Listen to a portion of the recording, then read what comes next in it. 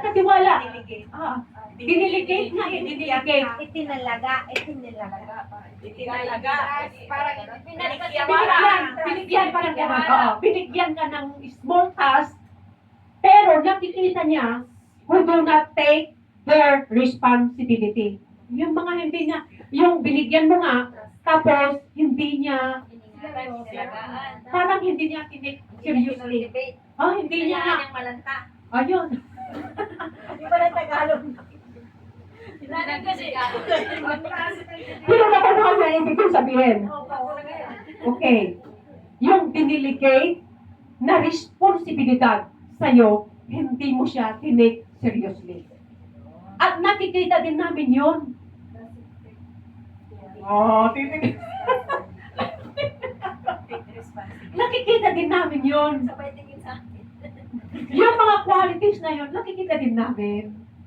Pero siyempre, sip the mouth. Nakikita din namin yun. Pero siyempre, pinupus din pa rin namin kayo. In order for you, para i-manage yung na-delegate na responsibilidad. Nakuha niyo? Kasi kailangan maging faithful servant nga tayo eh. Kung marunong ka marunong i-manage yung small, dapat marunong ka din. Marunong ka, mapagkatiwalaan ka sa malaki. Ibig sabihin, bibigyan ka ng mas malaki. Kung alam mo, i-manage yung small task na yan, amen? Bibigyan ka ng mas malaki, of course. Kasi nga, tayo po ay pataas ng pataas yung ating pinag-aaralan, pataas ng pataas ang ating position, amen po, according sa yung kayang i-manage. Nakuha niyo? Oh, okay. Kaya nga kayo, binigyan, di ba, binigyan ko kayo ng, okay, ito yung ilid mo sa evangelism. In order for you na i-manage po yun, nasaan na po sila? Nagpanding. Yun. Tapos pag evangelism, iba yung sinasamahan. Pinipili nila yung gusto nilang samahan. Kaya gusto ko pa rin makumusta sana yung mga member na yun. Marunong na ba sila? Yun na yun. O, nakita niyo? Pero okay naman, kaya na nila. Kaya na nila. Ganun po yun. Kaya dapat kumuha tayo ng small portion of responsibility or task in order for us kung paano natin i-manage. Amen po. Amen po. Kung kaya na natin i-manage. Okay? Maliwanag po? Okay. Number 2. Okay. Dito sa number 2, meron 10. Okay. Dito po sa number 2, meron 10 sasabihin ko. Good stewardship. Number 1. Good steward. Okay. Good steward recognize their role and responsibility. Number 1. Good steward recognize their role and responsibility. Now, kanya, ang mabuting steward, nare-recognize niya po yung kanyang role and responsibilidad. Alam niyo po yan? Okay. Okay. Ito po siya. Dito po sa steward na yan, dito po nakababa sa baba niya, they don't wander aimlessly without sense of purpose. They take their job as a manager of the mission seriously. That is the good steward. Yung good steward, okay? Yung good steward recognize the role and responsibility. Okay, dito sa baba niya, they don't wander. Ibig sabihin, hindi po sila nagwa-wander aimlessly without sense of purpose. They take their job as a manager of the mission seriously. Ito po yung mga siniserious nila yung kanyang task. Maliwanag po? Kasi good steward siya eh. Alam niya yung role niya.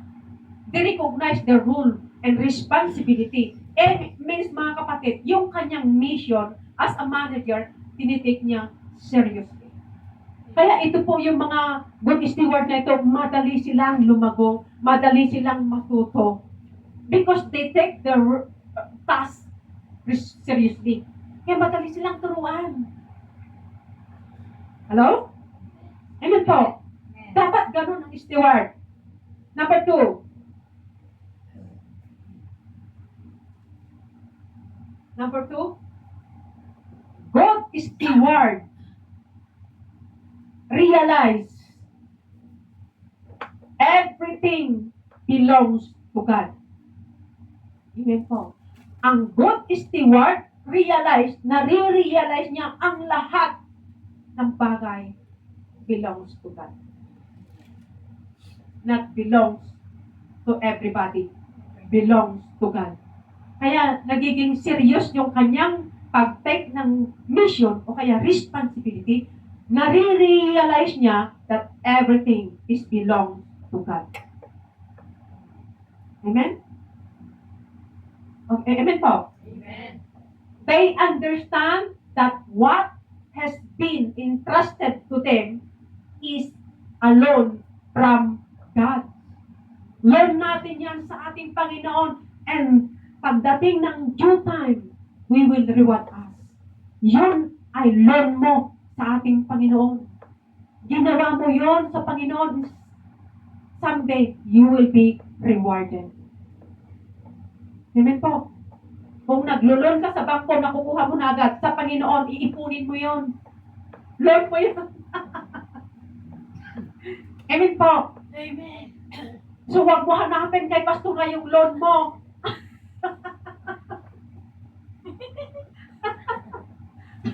Nasa Diyos. Gumagawa tayo para sa Diyos. Nare-realize mo that everything is from God. Amen.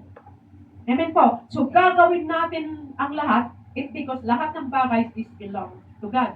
So, we understand, okay, that what has been entrusted unto us is loan from God. Hindi mo makukuha yan kay Pastora. Pagpri tayo ni Pastora, oo. Pero yung mga ginawa natin sa ating Panginoon.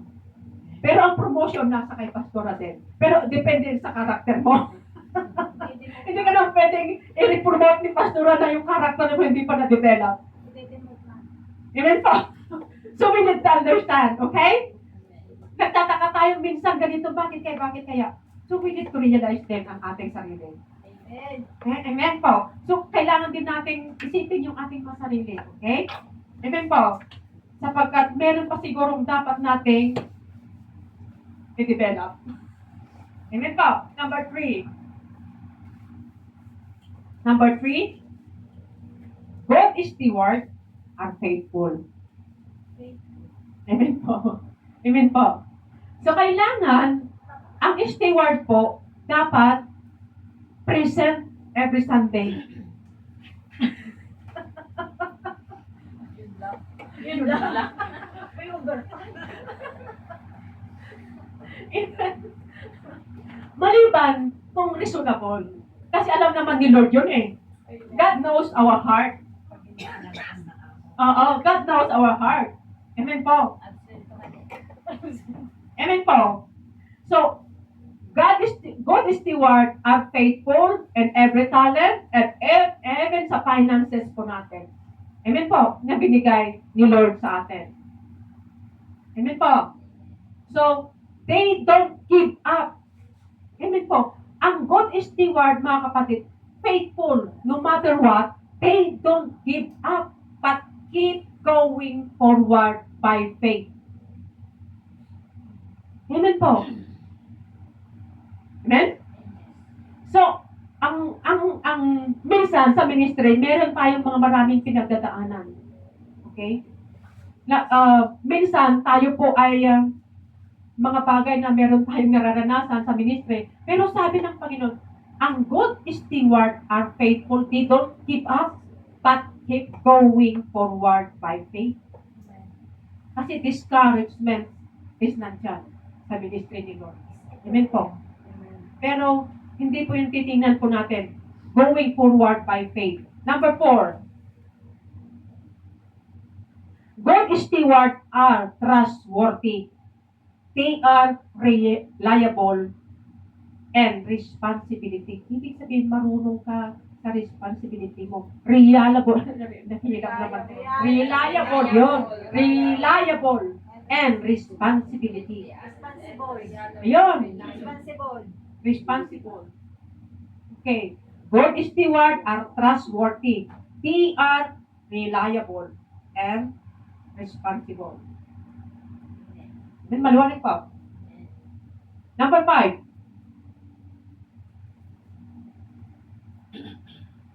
Number 5. Good steward are mindful. Okay, ito na po yung mindful. Good steward are mindful.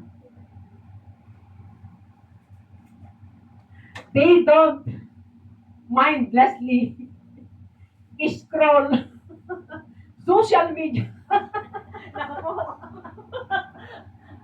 or eat whatever garbage you don't want. Ibig sabihin yung mga na-absorb natin na garbage dyan sa social media. Okay. They don't eat. Ibig sabihin din natin kinukuha yung mga na-scroll natin dyan na mga garbage dyan sa social media. Okay? They don't waste money or frivolous thing of their mind with their filth from entertainment. Ibig sabihin, mga kapatid, hindi tayo po gumagawa ng mga, ibig sabihin, pag social media, may mga sugal, dyan sa social media, nagkakapirahan, amen? Sa mga entertainment, di ba, mayroong mga ganun, katulad ng na-share pa rin sa ano yan, sa cellphone, na ano lang yun, fabricated lang yun, para magkaroon sila. Hindi po tayo ganun. Amen po. Yung mga nagsusugal dyan sa social media, hindi po tayo ganun. Amen, maraming nang sumusugal dyan, di ba? Yung mga games. Online, yun. Amen, gambling. Amen, sa social media. Ang good stewardship are mindful. Ibig sabihin, meron po, alam po natin yun. Mindful po tayo. Aware po tayo sa mga ganon. Amen po. Number 7. Good steward are truthful. Good steward are truthful. Ano yung truthful? Makatotohanan. Ang isang steward, mga kapatid, o kaya ay katiwala, ay makatotohanan. They are persistent in working. Persistent. Ano sa Tagalog persistent? Continuous. Matyaga. Matyaga sa trabaho. Tuloy-tuloy yun. Persistent. Ibig sabihin, nagtsatsaga ka, tuloy-tuloy lang.